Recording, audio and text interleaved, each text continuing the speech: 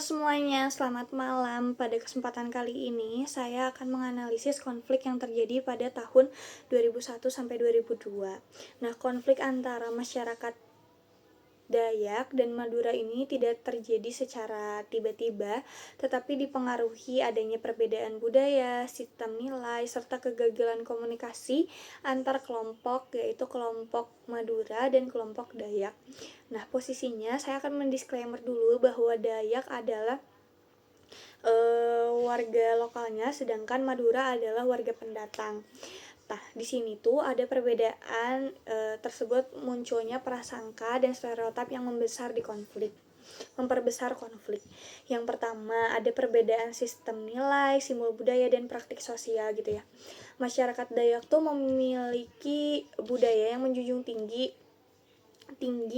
harmonisasi sosial, adat istiadat, serta penghormatan terhadap wilayah dan komunitas gitu. Jadi mereka tuh memegang adat istiadat dan memegang kejujuran tinggi, kekeluargaan, dan saling menghargai gitu ya.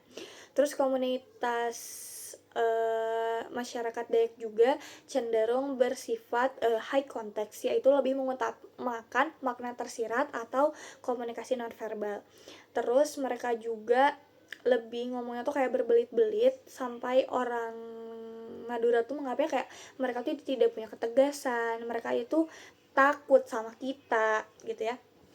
Terus masyarakat Madura ini memiliki karakter komunikasi yang lebih terbuka, langsung, dan tegas. Dan pola komunikasinya juga low context communication, yaitu mereka ngomongnya tuh kayak to the point, iya, enggak gitu. Terus mereka juga dari sini ada perbedaan gaya komunikasi ini tuh kayak sering menimbulkan salah tafsir gitu ya. Terus selain adanya persaingan ekonomi dan perebutan lapangan pekerjaan menimbulkan rasa ketidakadilan sosial gitu ya. Perbedaan secara berinteraksi dan menyelesaikan masalah membuat kedua kelompok ini tuh semakin sulit memahami sudut pandang satu sama lain. Nah, emang kalau misalnya masyarakat Madura tuh terkenal atau lebih memegang ini tuh kayak apa ya? Bisnis, rekan bisnis, dan kekeluargaan gitu. Jadi mereka tuh memiliki etos kerja yang sangat tinggi, sehingga di wilayah maksudnya kan itu wilayahnya wilayah Dayak dan Madura tuh adalah pendatang, tetapi mereka tuh di situ kayak sukses dalam berjualan, memiliki pasar, terus dalam perdagangan gitu ya. Nah, di sini tuh ada kecemburuan terhadap masyarakat Dayak. Terus ada orang yang memprovokasi bahwa akan mengklaim bahwa wilayah ini tuh akan menjadi wilayah Madura yang kedua gitu.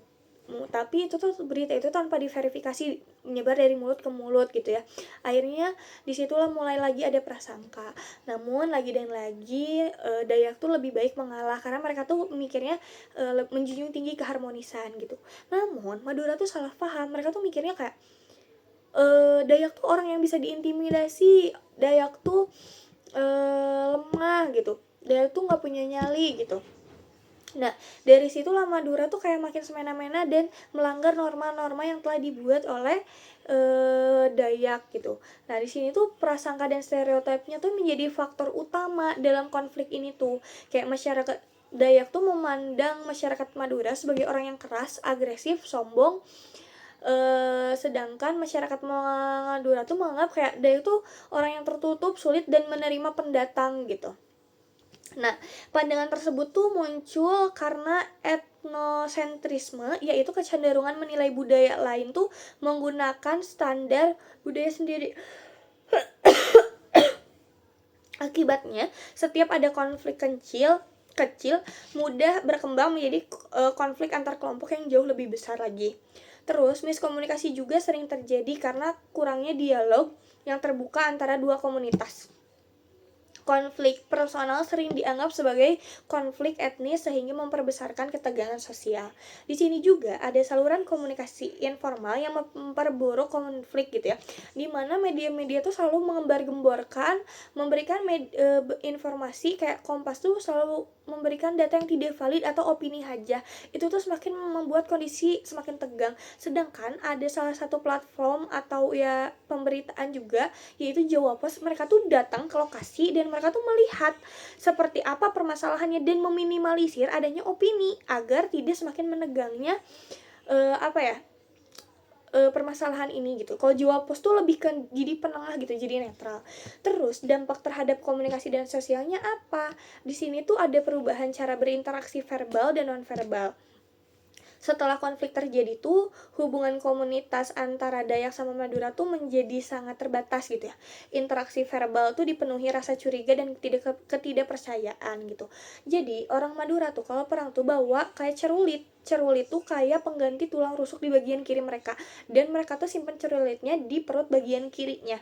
Kayak secara tidak langsung ya itu tuh kayak kalau misalnya mereka tuh punya prinsip lebih baik mati tulang putih daripada menahan malu gitu. Karena menurut mereka tuh laki-laki Madura tuh adalah harga diri gitu. Terus kalau secara nonverbalnya muncul sikap menjaga jarak, ekspresi takut dan penolakan terhadap kelompok lain. Banyak masyarakat tuh yang lebih memilih menghindar komunikasi langsung untuk mengurangi resiko konflik.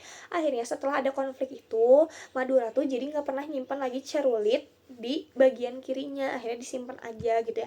Terus dampak terhadap identitas budaya dan citra kelompoknya tuh, konflik ini tuh memperkuat bahwa identitas kelompok masing-masing tuh memiliki solidaritas internal yang sangat meningkat.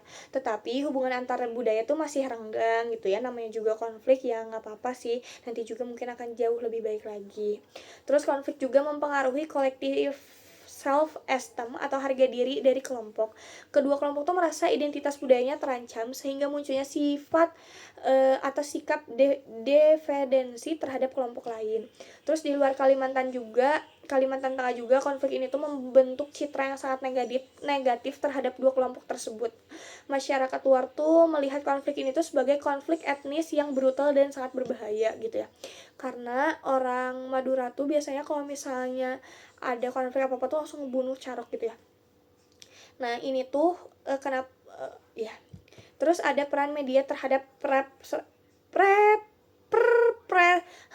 persepsi publik, ya Allah maaf ya Pak. Terus kayak media nasional tuh banyak memberitakan kekerasan dan korban konflik tuh secara besar-besaran. Fokusnya tuh kayak pemberitaan yang menonjolkan unsur kekerasan, membuat masyarakat luar tuh memiliki persepsi yang sangat negatif terhadap Kalimantan Tengah. Terus media juga tidak secara langsung tuh memberikan konstruksi wacana bahwa konflik tersebut tuh murni karena konflik etnis. Padahal terdapat beberapa faktor ekonomi, sosial, politik juga mempengaruhi sih. Betul. Terus di sini tuh aku bakal ngejelasin proses recovery atau rekonsiliasi komunikasi.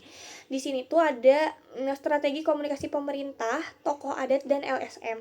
Di sini tuh pemerintah daerah tuh sama tokoh adat dan LSM melakukan berbagai macam dialog dan antar kelompok untuk mengurangi ketegangan. Tokoh adat tuh kayak memiliki peran penting karena masyarakat tuh masih menghormati dan nilai dan keputusan adat. Jadi kalau dulu tuh Dayak tuh tidak terlalu percaya terhadap pemerintahan karena menilainya terlalu timbang tindih gitu. Terus kalau tokoh adat, mereka tuh lebih banyak mendengarkan tokoh adat ketimbang para penegak hukum. Terus LSM ini hadir sebagai orang yang netral dan untuk menyembuhkan masa traumatiknya gitu. Terus pendekatan komunikasinya itu dilakukan secara persuasif, menekankan perdamaian, keamanan dan hidup berdampingan. Nah, di sini juga ada program pertukaran budaya untuk membantu masyarakat saling memahami bahwa budaya kelompok lain atau kegiatan bersama seperti diskusi budaya, kegiatan sosial, dialog lintas agama, itu juga membangun kembali hubungan sosial. Terus media lokal juga mulai digunakan sebagai sarana penyebaran pesan yang damai dan edukasi multikultural agar masyarakat tidak mudah terprovokasi gitu ya. Terus evaluasi keefektifan strategi komunikasi ini. Strategi komunikasi yang melibatkan tokoh adat cukup efektif karena masyarakat tuh memiliki kedekatan emosional terhadap pemimpin adat. Namun, proses rekonsiliasi ini membutuhkan waktu yang sangat lama karena traumanya kayak tidak hanya pada hari itu saja sembuhnya gitu ya, tapi masih tersisa sampai sekarang pun. Oleh sebab itu, komunikasi damai harus terus dilakukan secara berkelanjutan dan melibatkan seluruh lapisan masyarakat. Terus, refleksi ilmu komunikasi lintas budayanya, pelajaran utama dari kasus Sampit ini tuh, kasus Sampit menunjukkan bahwa perbedaan budaya tanpa komunikasi yang baik dapat memicu konflik yang sangat besar hingga memakan korban jiwa, kerusakan harta benda, serta ada pengungsian yang besar-besaran. Terus, komunikasi yang sensitif budaya sangat penting untuk menciptakan saling pengertian antar kelompok. Ada prasangka, stereotip, dan etnosentrisme dapat memperbesar konflik apabila tidak diimbangi dengan dialog dan toleransi. Selain itu juga media memiliki pengaruh yang sangat besar untuk membentuk opini publik sehingga pemberitaan harus dilakukan secara bijak dan tidak provokatif. Terus strategi komunikasi untuk mencegah konflik yang serupa, kayak kita tuh kayak perlu membentuk forum komunikasi antar etnis yang secara rutin, mengadakan pendidikan multikultural sejak dini, bahwa kita tuh harus juga mempelajari budaya-budaya yang lain agar mengetahui cara berkomunikasi budaya ini tuh suku ini tuh seperti apa. Ini tuh dianggapnya bukan marah, emang gaya komunikasi mereka tuh kayak gini. Orang ini tuh ngomongnya lemah lembut, bukan berarti mereka tuh lemah gitu ya. Mungkin itu yang perlu ditanamkan atau yang perlu diajarkan. Terus mengembangkan media lokal dan mempromosikan toleransi keberagaman. Terus melibatkan tokoh adat, agama, masyarakat dalam penyelesaian konflik, membuat program pertukaran budaya agar masyarakat saling memahami nilai budaya satu sama lain, meningkatkan literasi media agar masyarakat tidak mudah percaya terhadap rumor dan provokasi, dan pemerintah juga membuat peraturan untuk menindaklanjuti perdamaian gitu. Jadi kesimpulannya tuh konflik Dayak tuh sama Madura tuh yang terjadi di Sampit merupakan contoh nyata bagaimana perbedaan budaya, prasangka, dan kegagalan komunikasi dapat memicu konflik yang sangat besar. Terus karena komunikasi lintas budaya yang sensitif, dialog yang terbuka, serta peran media yang bertanggung jawab sangat penting untuk menjaga hubungan harmonis dalam masyarakat multikultural seperti Indonesia. Mungkin sekian, terima kasih. Wassalamualaikum warahmatullahi wabarakatuh. Bye. Assalamualaikum.